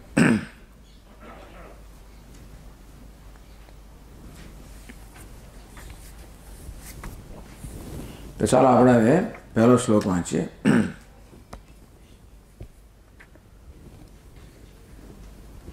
સત્યવ્રતમ સત્યપરમ ત્રિસત્યમ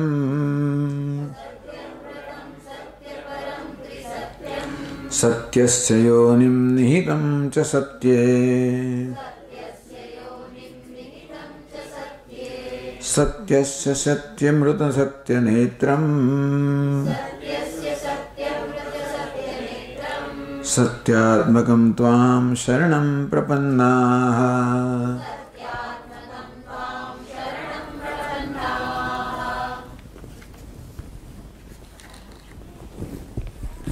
કેમ સત્યથી ભગવાનની સ્તુતિનો પ્રારંભ કરે છે. શ્રીધર સ્વામી કહે છે, પ્રતિશ્રુતમ સત્યમ કૃતમિતિ હૃષ્ટાઃ સંતઃ. ભગવાને જે આકાશવાણી કરેલી ને તો એને સત્ય કહે.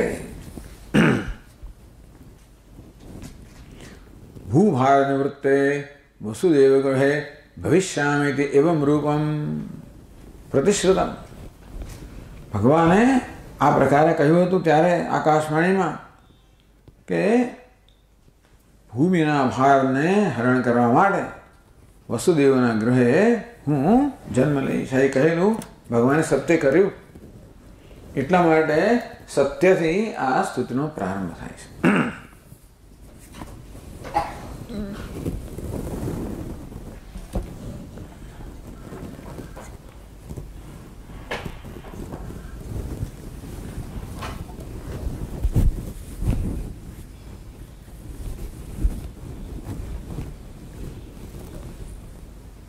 સત્યત્વેનૈવ પ્રથમ સ્તુવંતે. અંતેથી સ્તુતિનો પ્રારંભ ભગવાન સત્ય સ્વરૂપ છે એ પ્રકારે દેવતાઓ સ્તુતિનો પ્રારંભ કરે છે. સત્યવ્રતમ સત્યપરમ ત્રિસત્યમ સત્યસ્ય યોનિમ નિહિતમ ચ સત્યે સત્યસ્ય સત્વમ વૃત સત્યનેત્રમ સત્યાત્મકમ ત્વામ શરણમ પ્રપન્ના. બહુ પ્રસિદ્ધ છે આ શ્લોક. આ સ્તુતિ, આ શ્લોક અત્યંત પ્રસિદ્ધ છે. તો ભગવાનને પહેલા કહે છે સત્યવ્રતમ, કારણ કે ભગવાન સત્યવ્રત છે.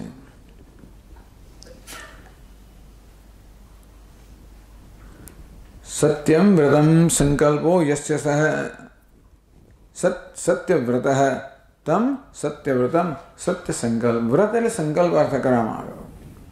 ભગવાન કહેવાય છે સત્યવ્રત છે, સત્ય સંકલ્પ છે. એટલે કે જે સંકલ્પ કરે એ સત્ય. સત્ય સંકલ્પનો અર્થ છે જે કે સંકલ્પ કરે એ સત્ય થાય. જે સંકલ્પ કર્યો હોય એ પ્રકારનો વર્તે જ. તદુપરાંત સત્ય સંકલ્પ એટલે જે કોઈ સંકલ્પ કરે એ સત્ય થાય. ભગવાન આપ તો સત્યવ્રત છો, સત્ય સંકલ્પ છો. સત્યવ્રતમ સત્યપરમ. ભગવાન કહે છે સત્યપર. સત્યમ પરમ શ્રેષ્ઠમ પ્રાપ્તિ સાધનમ યસ્મિન તમ. એટલે આ અર્થ જુદી રીતે કર્યો. ભગવાન સત્યપરનો છો, જે સત્યને ભરેલા છે એને સત્યપર કહેવાય. તો સત્યવ્રતમાં આવી જ ગયો. સત્યવ્રત અર્થાત જેનો સંકલ્પ સત્ય છે એટલે સત્યપરમ એવો અર્થ એવો કર્યો કે સત્ય જેને માટે પરમ સાધન છે, શ્રેષ્ઠ સાધન છે. સત્યમ જે ભગવાનની પ્રાપ્તિનું પરમ અર્થાત શ્રેષ્ઠ સાધન છે. ભગવાનને સત્યપર કહેવામાં આવે. કે ભગવાન સત્ય સ્વરૂપ. સત્યમ જ્ઞાન અનંતમ. ભગવાન સત્ય સ્વરૂપ છે. તો ભગવાનનું જેવું સ્વરૂપ હોય એવા જ આપણે થઈએ ત્યારે ભગવાનની પ્રાપ્તિ થાય. ભગવાન સત્ય સ્વરૂપ છે. એની પ્રાપ્તિ કરવા માટે આપણે સત્ય તો થઈ ના શકીએ પણ એવા થઈએ. ભગવાન પારમાર્થિક સત્ય છે. આપણે જ્યારે વ્યાવહારિક સત્ય અપનાવીએ ત્યારે પારમાર્થિક સત્યને પ્રાપ્ત કરી શકાય. એટલે વ્યવહારમાં એ પ્રકારનું આપણે ધારો કે એ પ્રકારનું આચરણ કરીએ. આપણા સ્વામી એમ શકે ભાઈ તમારે પ્રેમ સ્વરૂપ આત્માનું જ્ઞાન પ્રાપ્ત કરવા માટે તમારામાં પ્રેમની પ્રધાનતા તો હોવી જ જોઈએ. ભગવાન પ્રેમ સ્વરૂપ છે. ભગવાન આનંદ સ્વરૂપ છે. આનંદ સ્વરૂપ પરમાત્માને પ્રાપ્ત કરવા માટે મનમાં રિલેટિવ લવ, રિલેટિવ હેપીનેસ તમારા મનમાં તો આનંદ તો હોવો જોઈએ. એટલે ચિત્ત બહુ પ્રસન્ન હોય, ચિત્તમાં પ્રેમ હોય. એ પ્રકારના ચિત્તથી આપણે જ્યારે શાસ્ત્રનું શ્રવણ કરીએ ત્યારે પછી એ પરમાત્માનું પણ જ્ઞાન થાય. ટૂંકમાં જ્ઞાન ક્યારે થાય? એક સરળ વસ્તુ છે જ્ઞાન માટે. હંમેશા જેનો અનુભવ થતો એનું જ્ઞાન થાય. જ્ઞાન શેનું થાય? જે છે એનું જ્ઞાન થાય. જે નથી એનું જ્ઞાન ના થાય. એ તો પછી પરોક્ષ જ્ઞાન થાય. દેખાય છે ધુમાડો અને જ્ઞાન થાય અગ્નિનું, આગનું, એ તો પરોક્ષ જ્ઞાન છે. પણ આગ જોતા હોઈએ ત્યારે જ આગનું અપરોક્ષ જ્ઞાન થાય. તેમ ભગવાનનું પણ જ્ઞાન ક્યારે થાય? જ્યારે ભગવાનનો અનુભવ થતો. ક્યારે થાય? શુદ્ધ અંતઃકરણ. ભગવાન સત્ય સ્વરૂપ છે માટે એ સત્ય સ્વરૂપ પરમાત્માને પ્રાપ્ત કરવા માટે એ પ્રકારનું અંતઃકરણ આપણે કેળવવું જોઈએ, જેનું સાધન છે સત્ય. આમ સત્યરૂપી સાધનથી આપણે એ પ્રકારનું અંતઃકરણ પ્રાપ્ત કરી શકીએ, જ્યાં સત્ય સ્વરૂપ પરમાત્માનું દર્શન થાય કે જ્ઞાન થાય. સત્યમ પરમ શ્રેષ્ઠ સાધનમ યસ્મિન, જેની પ્રાપ્તિ માટે સત્ય પરમ કે શ્રેષ્ઠ સાધન છે. ભગવાન કેવા ગયા? સત્ય પરમ. સત્યવ્રતમ સત્ય પરમ ત્રિસત્યમ. ત્રણ પ્રકારનું સત્ય. એ ત્રિસત્યમનો અર્થ કર્યો ત્રિષુ અપી કાલેષુ સત્યમ. એ ત્રણ કાળમાં સત્ય છે.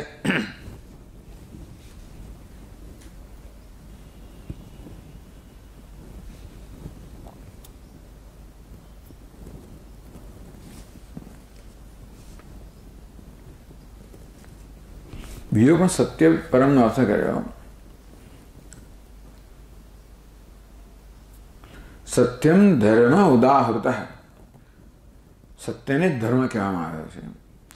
અન્ય દેવેભ્ય પ્રાણેભ્ય તત્ સત્યમ દેવાસ પ્રાણાસ તત્ સત્યમ તદ એકયા વાચા વ્યવહરીયતે સત્યમિતિ શ્રુતે ચિદચિદાત્મકમ જગત સત્યમ. એનાથી સત્ય પરમ, જે સત્યથી પર છે. તો આગળ એ જો કહેવાના જ છે, સત્યથી પર છે. આ જળ ચેતન જગતને સત્ય કહેવામાં આવ્યું. એટલે ભગવાન પર છે માટે પણ એને સત્ય પરમ, એનાથી વિલક્ષણ છે માટે સત્ય પર કહેવામાં આવ્યા. પછી કે ત્રિસત્ય,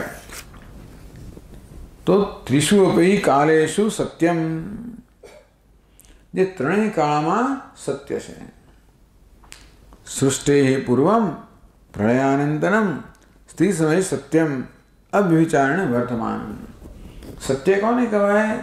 જે અવ્યભિચારી છે, જેનું કોઈ પરિવર્તન નથી, જે સદા, જે હંમેશા વિશ્વસનીય છે, ઇનફેલિબલ. સ્વામી શું કહે? God is the truth is infallible. ઇનફેલિબલ તો વિશ્વસનીય, જે ક્યારેય તમને દગો ના આપે, જે ક્યારેય પણ ફરી ના જાય, જે હંમેશા વિશ્વસનીય હોય. પરમાત્મા સત્ય સ્વરૂપ છે, અર્થાત ક્યારેય એમના સ્વરૂપમાં કોઈ પ્રકારનું પરિવર્તન ના આવે. ત્રિષુ અપી કાલેષુ, ત્રણેય કાળની અંદર. એટલે કે આ સૃષ્ટિના પૂર્વમાં, સૃષ્ટિ ન હોય ત્યારે પણ અને સૃષ્ટિ છે ત્યારે પણ ભગવાનના સ્વરૂપમાં કોઈ પ્રકારનું પરિવર્તન ના આવે. એવું એટલે માટે કહેવાની જરૂર પડી કે કેટલાક એમ માને કે ભગવાન જ આ જગત બની ગયો છે. જગત સતત પરિવર્તનશીલ છે, તો ભગવાનનું પરિવર્તનશીલ છે? તો કે ના, ભગવાન ભલે જગત રૂપે જન્મ્યો હોય પણ એ સત્ય રહે છે, અર્થાત એના સ્વરૂપમાં કોઈ પ્રકારનું પરિવર્તન થતું નથી. એટલે વેદાંતી લોકો કે ભાઈ આ જગત મિથ્યા. એટલે આ સત્ય સ્વરૂપ નિર્વિકાર પરમાત્મા જો જગત બની ગયો હોય તો જગત રૂપે ભાસી રહ્યો છે, જગત બની નથી ગયો. ટૂંકમાં સર્વ પરિવર્તનની અંદર પણ એના અધિષ્ઠાન રૂપે એક સત્ય સ્વરૂપ પરમાત્મા છે.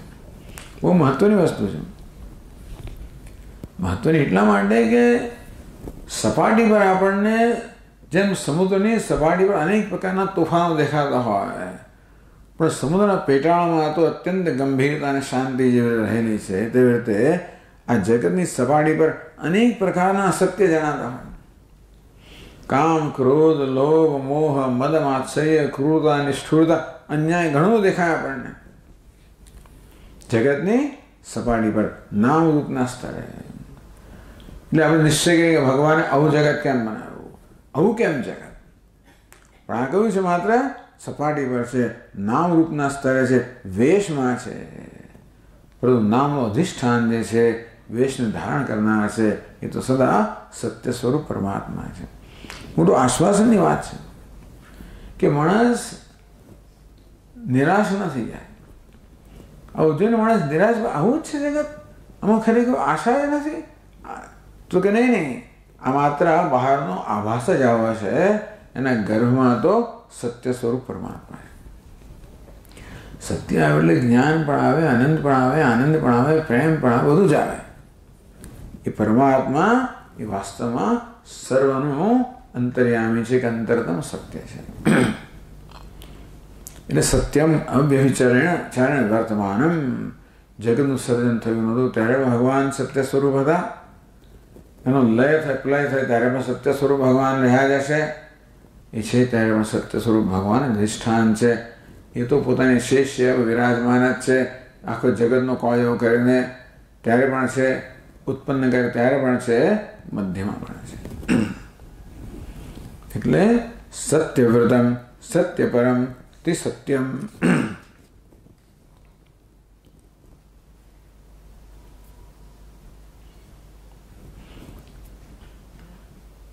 અથવા બીજો પણ અર્થ કરે છે, ત્રય સત્યાહ. આ ત્રણને સત્ય કહેવામાં પુરુષ પ્રકૃતિ કાળાહ. પુરુષ પ્રકૃતિ અને કાળ એને સત્ય કેમ કહે છે? વ્યાવહારિક સત્યતા. પુરુષ પ્રકૃતિ કાળ શરીરકમ. ટૂંકમાં આ ત્રણ સત્ય જે પુરુષ પ્રકૃતિ અને કાળ એનું શરીર જે ઉપાધિ છે પરમાત્માને પણ ત્રિસત્ય કહેવામાં આવ્યા. પ્રકૃત્યાત્માત્મકસ્ય કૃષ્ણસ્ય જગત સુનિયામ્યત્વેન સુસંકલ્પ પ્રતિપદ અભાવાત અવ્યાહત સંકલ્પ. ટૂંકમાં પ્રકૃતિ હોય, પુરુષ હોય કે કાળ હોય, બનેલું આ સમગ્ર જગત છે ભગવાનનું નિયમ્ય છે. એના માટે એમના સંકલ્પને કોઈ પણ પડકારી શકે એમ નથી, માટે સત્ય સંકલ્પ છે.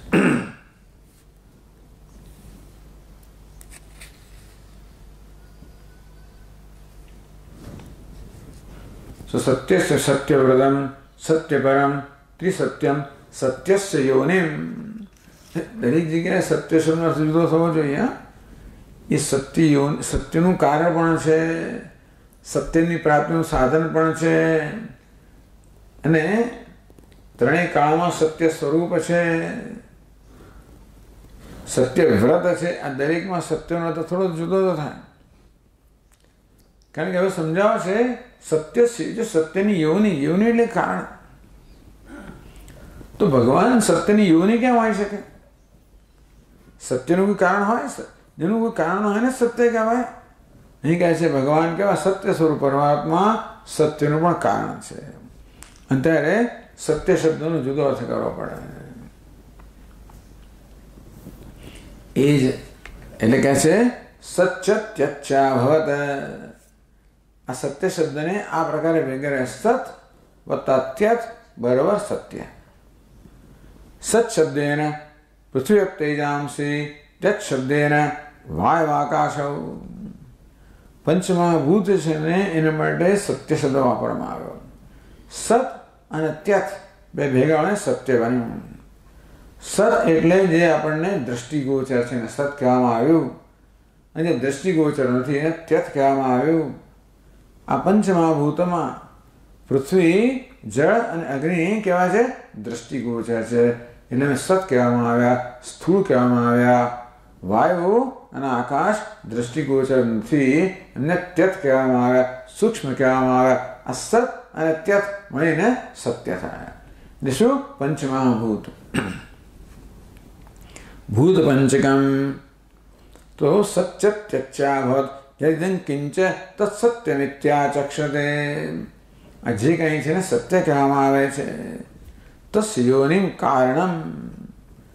તો આ પ્રકારે હવે આજે ત્રિસત્યમ કહ્યું ને, જે ત્રણેય કાળમાં સત્ય છે. જગતના સર્જન પહેલા પણ જે હતા, જગતના ત્યારે પ્રલય પછી પણ હશે, અને જગત છે ત્યારે પણ છે, ત્રણેય કાળમાં એ સમજાવે છે. તો પહેલા એ સત્ય યોનિ કેવી રીતે જગત ન હતું ત્યારે પણ પરમાત્મા જગત પહેલા પણ હતા. સત્ય તસ્ય યોનિમ કારણમ અનેન પૂર્વ વર્તમાનતા ઉક્તા. ભગવાન સત્યરૂપી પંચમહાભૂતથી બનાવેલા આ જગતનો યોનિ છે, કારણ છે. ત્રિષુ કાળેષુ એટલે કે જગતની પહેલા પણ હતા. પછી કહે છે નિહિતમ ચ સત્યે. સત્ય નિહિતમ, જે સત્યમાં નિહિત છે, સત્યમાં રહેલા છે, સત્યમાં મૂકવામાં આવ્યા છે. એટલે કે જે સ્થિતિમય अपि अंतर्यामितया स्थितम सत्यમાં રહેલા છે કયા સત્યમાં સત્યરૂપી જગતમાં પંચમહાભૂતરૂપી જે જગત છે એમાં નિહિતમ એમાં રહેલા છે કે અંતર્યામિતયા સ્થિતમ અત્યારે ભગવાન સત્ય હાજર છે કેવી રીતે હાજર છે આ પંચમહાભૂતમાં બનેલા જગત નામ રૂપાત જગતમાં ન અંતર્યામી રૂપે એટલે અંતર્યામી બ્રાહ્મણમાં કહેવામાં આવ્યું જે પૃથ્વ્યામ તિષ્ઠન જે પૃથ્વીમાં રહેલો છે પૃથ્વી યસ્ય શરીરમ પૃથ્વી જેનું શરીર છે પૃથ્વી જેને જાણતી નથી પણ જે પૃથ્વીનું નિયમન કરે છે ટૂંકમાં અંતર્યામી બ્રાહ્મણ કહેવામાં આવે કે ભગવાન કેવી રીતે પૃથ્વી દૃષ્ટાંત આપ્યું પૃથ્વી જળ અગ્નિ વગેરે બધાને અંદર રહીને એ બધાનું કેવી રીતે અંતર રહીને નિયમન કરે છે ભગવાન કહે છે અંતર્યામી છે તો એટલે નિહિતમ સત્ય નિહિતમ પંચમહાભૂતમાં સત્યમાં ભગવાન વિરાજમાન છે કેવા અંતર્યામી વિરાજમાન છે એટલે અત્યારે વર્તમાનમાં ભગવાન છે સત્ય સ્વરૂપ પછી કહે સત્યસ્ય સત્યમ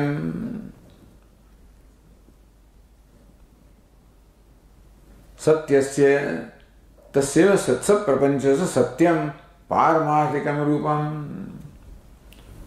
તો પહેલું સત્ય કહ્યું સત્ય છે સત્યમ પહેલું સત્ય કહ્યું વ્યાવહારિક સત્ય બીજું સત્ય કહ્યું પારમાર્થિક સત્ય આ શબ્દ આવે ઉપનિષદમાંથી સત્ય છે સત્યમ અંતો એટલે કહેવામાં આવે કે પ્રાણ સત્યમ પ્રાણ વૈ સત્યમ તસ્ય છે એતत् સત્યમ આ પ્રાણ એટલે જગત સત્ય છે આ પરમાત્મા એનું પણ સત્ય છે એટલે શું છે કે બંને માટે સત્ય શબ્દ વાપરવામાં આવે આ જગતને સત્ય કહેવામાં આવ્યું કે રીતે વ્યાવહારિક સત્ય પરમાત્મા એનું સત્ય છે એટલે કે પારમાર્થિક સત્ય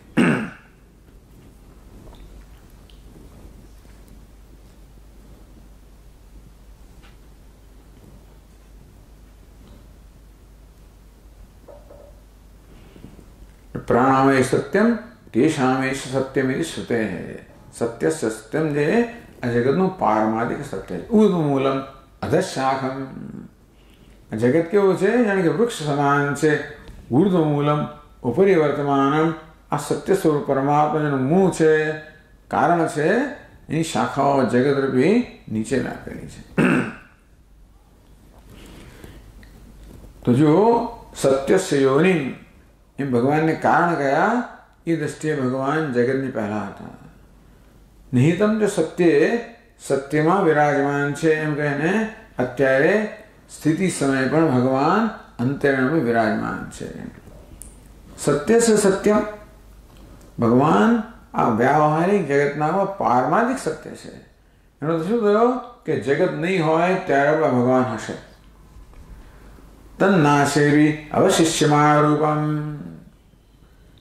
તો આ સુવર્ણ કેવું છે અલંકારનું સત્ય છે એમ કહેવાય કે ભાઈ સત્યસ્ય યોનિમ અલંકારનું સત્ય કહીએ તો આ સત્યરૂપી સોનું એની યોની છે નિહિતમ છે સત્ય અલંકાર સત્યમાં અંતર્યામી સુવર્ણ રહેલું છે સત્ય છે સત્યમ અલંકાર સત્યનું જે પારમાર્થિક સત્ય છે એટલે અલંકારો હોવે ત્યારે પણ જે વિદ્યમાન રહેશે અંતેથી પ્રલયેપી અવશિષ્યમાન નાશેપી આ જગતનો નાશ નહીં હતો પણ જેનો નાશ નહીં હતો આમ ત્રિસત્યમની વ્યાખ્યા કરી ત્રિશુપેશ કાલેશુ સત્યમ પહેલા પછી અને અત્યારે પણ સત્ય સ્વરૂપ પરમાત્મા છે જગતનું કારણ હોવાને કારણે પહેલા જગતના અંતર્યામી હોવાને કારણે વર્તમાનમાં અને અવિનાશના કારણે ભવિષ્યમાં પણ ભગવાન સત્ય સ્વરૂપ છે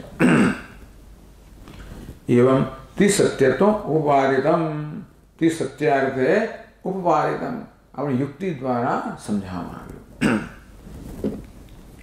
ઋત સત્ય નેત્રમ પછી ભગવાનને કહે છે ઋતમ ચ સુનૃતાવાણી સત્યમ ચ સમદર્શનમ એકાદશ સ્કંદમાં કહેવામાં આવ્યું એટલે ઋતમ કોને સુનૃતાવાણી સત્ય અને મધુર ભાષણને ઋતમ કહેવામાં આવે ત્યાં ઋતમ વદિષ્યામિ સત્યમ વદિષ્યામિ એ પણ થઈ શકે અર્થ.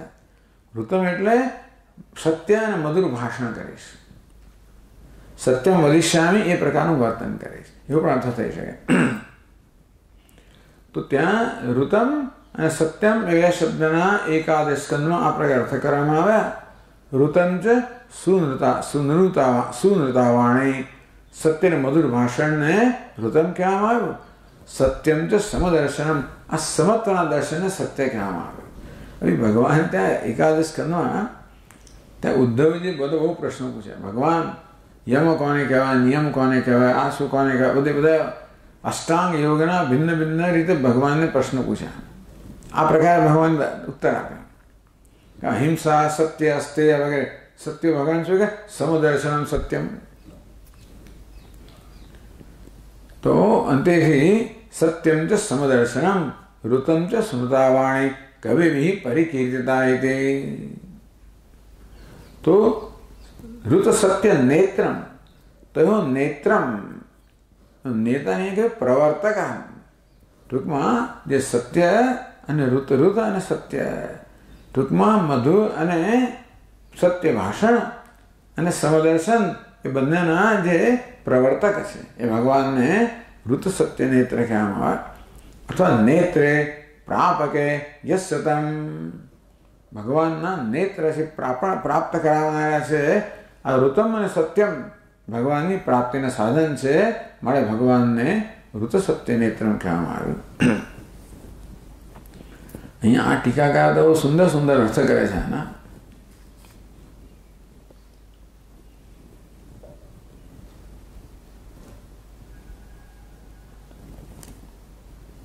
કે છે અસૌ આદિત્ય સત્યમિતિ શ્રુતે. ક્યાંક શ્રુતિમાં કહ્યું છે અસૌ આદિત્ય સત્યમ, આદિત્ય છે ને એ સત્ય છે. હવે આદિત્ય સત્ય હોય તો સત્ય આદિત્ય તત્સાહચર્યાત ઋત શબ્દ ચંદ્ર પર. સૂર્ય ચંદ્ર હંમેશા સાથે જ જાય. સૂર્ય ચંદ્રમાં સૌ, તો એ પ્રકારે ચંદ્ર સૂર્ય છે નેત્રે, તો ચંદ્ર સૂર્ય. તો અહીંયા એ કહે છે કે ભાઈ આદિત્ય એટલે સત્ય, તો ઋત સત્ય, ઋતમ સત્ય પણ સાથે જાય છે. અને આદિત્ય કોણ છે? ચંદ્ર, એટલે ઋતમ નો ચંદ્ર કર્યા. એમ છે ઋત સત્યવ ચંદ્રાદિત્યવ ઋત સત્ય નેત્રમ. તો ચંદ્રાદિત્યવ તો નેત્રમ પ્રસાદિતારમ ઇત્યર્થ. સૂર્ય ચંદ્રના જે શાસક છે એને ઋત સત્ય નેત્રમ કહેવામાં આવે. ये आदित्य तिष्ठन यस चंद्रमसि तिष्ठन इत्यादि तयोः કે ભગવાન અંતર્યામી છે ને. પૃથ્વ્યામ તિષ્ઠન આદિત્ય તિષ્ઠન ચંદ્રમસી તિષ્ઠન. આમ ભગવાન સર્વ રહેલા અંતર્યામી છે. એ દ્રષ્ટિએ ઋત સત્ય નેત્રમ, સૂર્ય અને ચંદ્રના અંતર્યામી રહેલા છે એવો અર્થ કર્યો. અથવા તો નેત્રે ચક્ષુષી યસ્યતમ, ચક્ષુષી ચંદ્ર સૂર્ય. નેત્રનો અર્થ નેત્ર કરીએ, નેત્રનો અર્થ જુદો જુદો કરવામાં આવે. નેત્રનો અર્થ આપણે ચક્ષુ કરીએ તો ચંદ્ર સૂર્ય છે નેત્રે. આ ચંદ્ર સૂર્યના નેત્ર છે એ ભગવાનને ઋત સત્ર નેત્યમ નેત્ર કહેવામાં આવે.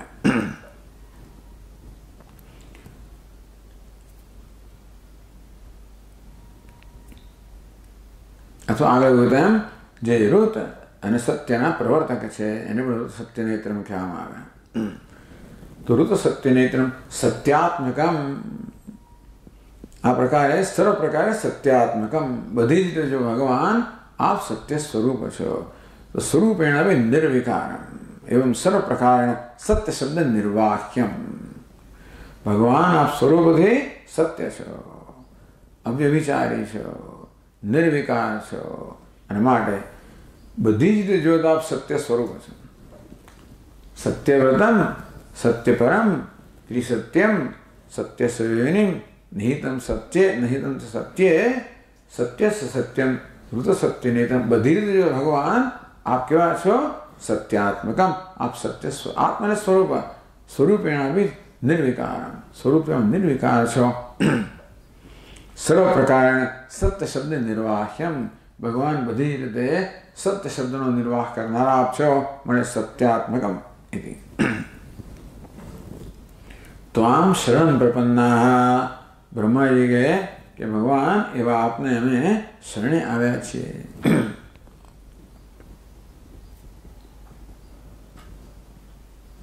શું કામ શરણ આવે તો જાણ્યું જ છે। દેવતાઓ ભગવાનને શરણ કેમ જાય છે?